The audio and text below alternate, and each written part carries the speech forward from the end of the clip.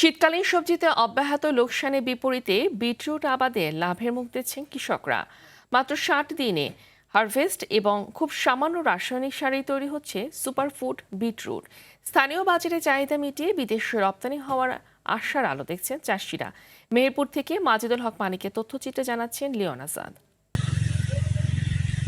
মেহেরপুর জেলার বিভিন্ন মাঠে কৃষি উদ্যোক্তা পর্যায়ে শুরু হয়েছে বিটরুট আবাদ। শীতকালীন অন্য সবজি উৎপাদনের চেয়ে অনেক কম খরচে হচ্ছে এই চাষাবাদ। নেই তেমন কীটনাশকের ব্যবহার, তাই তো নিরাপদ সবজি এবং উন্নত পুষ্টিগুণ বিবেচনায় স্থানীয় ক্রেতাদের বাড়ছে আগ্রহ।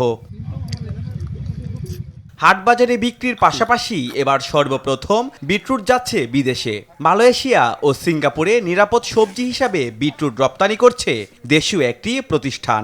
পাইকারি পর্যায়ে 2000 টাকা মন বিক্রি হচ্ছে এই বিটরুট। তবে বিদেশে রপ্তানি হওয়ায় শীতকালীন সবজি বিক্রির দুশ্চিন্তা মুক্ত হচ্ছেন চাষিরা। এটা যখন লাগাই আমরা তখন চিন্তা ভাবনা করেছিলাম যে এটা কি হবে না হবে, কিন্তু এখন আবার হওয়ার পরে দেখছি এটা আসলেই ভালো এবং লাভজনক। খরচ খুব সীমিত হয়েছে, লাভ আলহামদুলিল্লাহ খুব ভালো হয়েছে। বিটরুট এখন বিদেশ যাচ্ছে, পাতাকপি যাচ্ছে, এই যাওয়ার কারণে আমরা একটু স্বস্তি পাচ্ছি।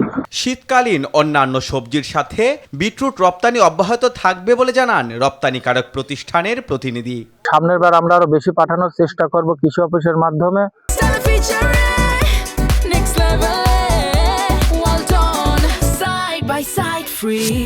তারা আমাদের খুব হেল্প করতেছে, তো কৃষকরাও যাতে আরো অনেক আর্থিক সহায়তা পায়। বিদেশে ফ্রেশ ফুড হিসেবে বিটরুটের ব্যাপক চাহিদার জায়গা ধরতে চায় বাংলাদেশ। এ লক্ষ্যে বেশি বেশি রপ্তানির জন্য কৌশলগত সহযোগিতা করছে কৃষি সম্প্রসারণ অধিদপ্তর। আমাদের যারা রপ্তানি উপলক্ষে যারা বিটরুট উৎপাদন করছেন তাদেরকে আমরা মাঠ পর্যায়ে গিয়ে পরামর্শ দিচ্ছি এবং যে সকল টেকনিক্যাল সাপোর্ট দরকার আমরা টেকনিক্যাল সাপোর্ট দিচ্ছি। অগ্রগামী কৃষি উদ্যোক্তাদের হাত ধরে কৃষিতে আসছে নতুন ফসল, যা বিশ্ববাজারে বাংলাদেশের মুখ উজ্জ্বল করছে। ভবিষ্যতে সাধারণ কৃষকরা এই ধারায় যুক্ত হওয়ার মধ্য দিয়ে আরো সমৃদ্ধি হবে কৃষি খাত, এমনটাই প্রত্যাশা সকলের। লিওন আজাদ, RTV।